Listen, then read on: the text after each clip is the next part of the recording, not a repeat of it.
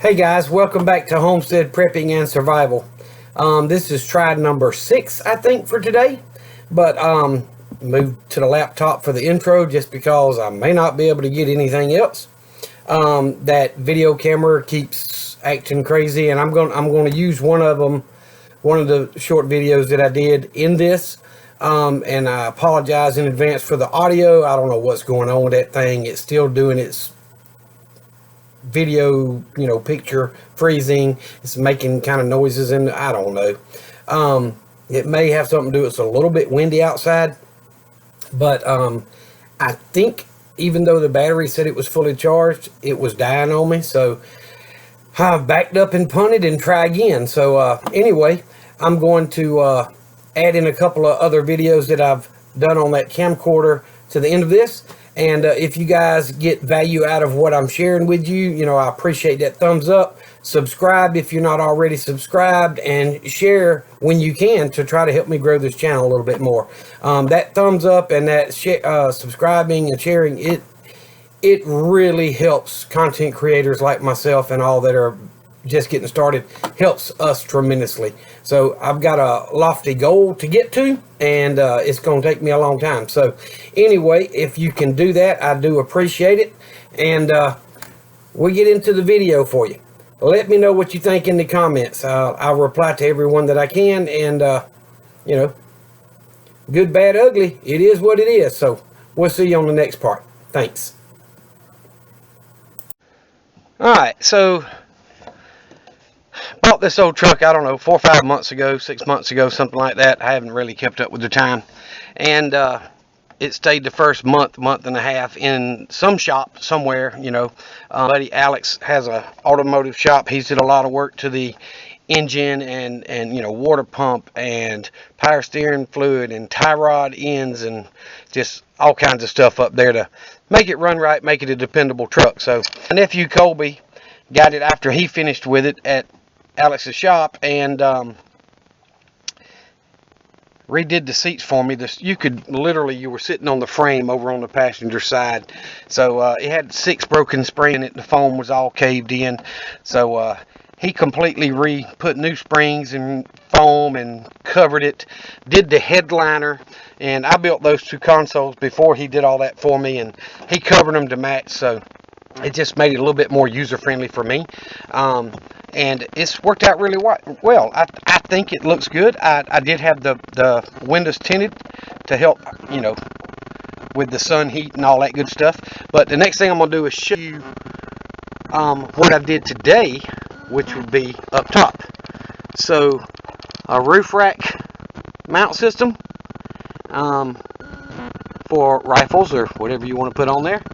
And it holds 2 up above my head. It's mounted nice and securely to the frame, and kind of keeps them out of sight, out of mind, but yet it's there if you need them. And that's a thing. And I had this in my 2500 HD, and I took it out, and I knew then that the light in the back would get blocked by the rack and the rifles on there. So I went ahead and added another light to just to help lighten it up. With the tinted windows and all at night, it's really hard to see. But let me know what y'all think about that.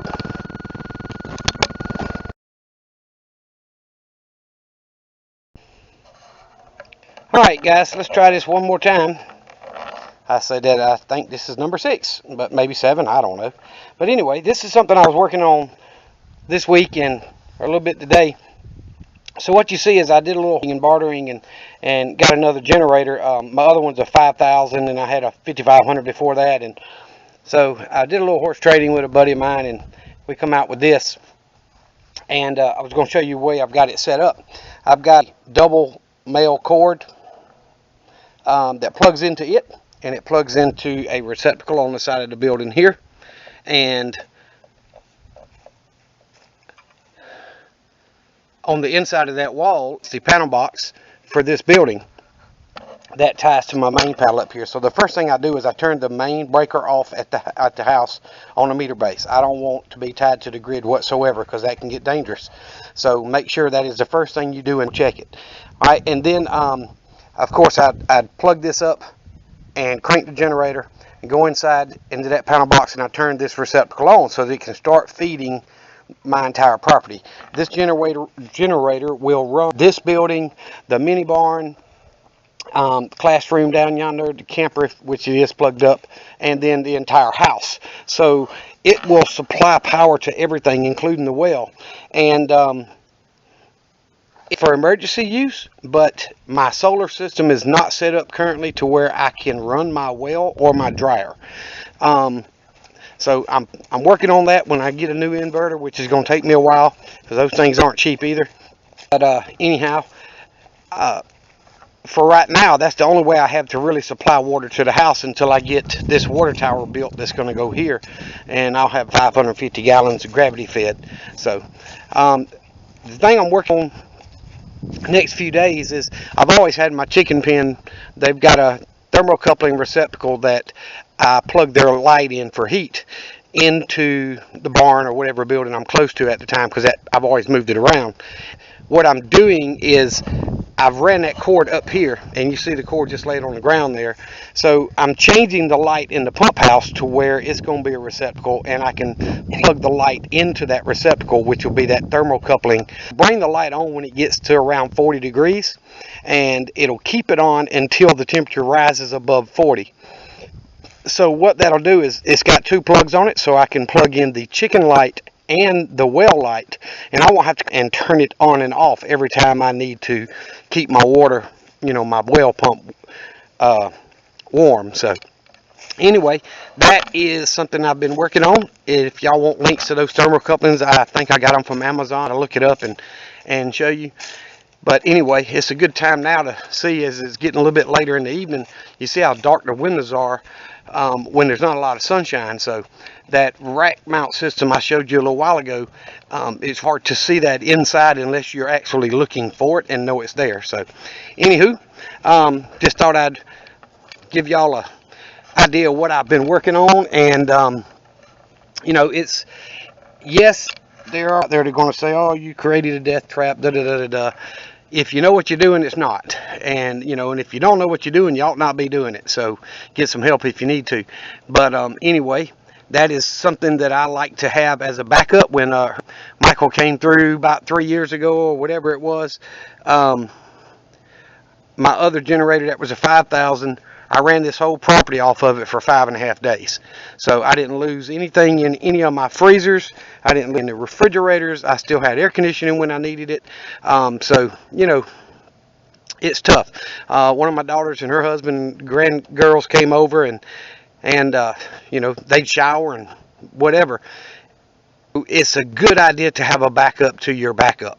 So, I've got my solar power that really does a pretty good job of supplying most of my power needs, and this is a backup way to where I can run the well to. And once I get that water tower built with those two 275-gallon containers over there built up in there, it's going to be right at 20 feet high, between 15 and 20. I'm going to gravity feed water to the house, so I will only need the water when my tanks get low so that I can fill it back up. And of course, I can fill up both of those containers from empty to full in about 2 to 2.5 hours max.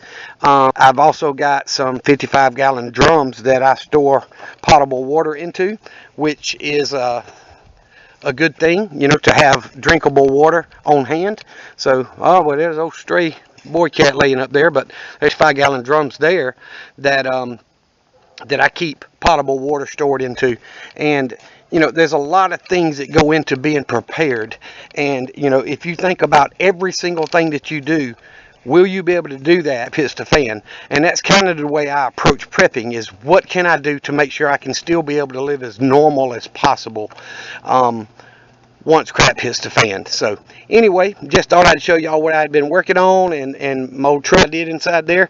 Y'all let me know what you think, good, bad, ugly, whatever it is, and we'll discuss it. I'll try to reply to every comment. I do appreciate you guys hitting that thumbs up button and liking the video and sharing and subscribe. That really helps me grow this channel, so I do appreciate it.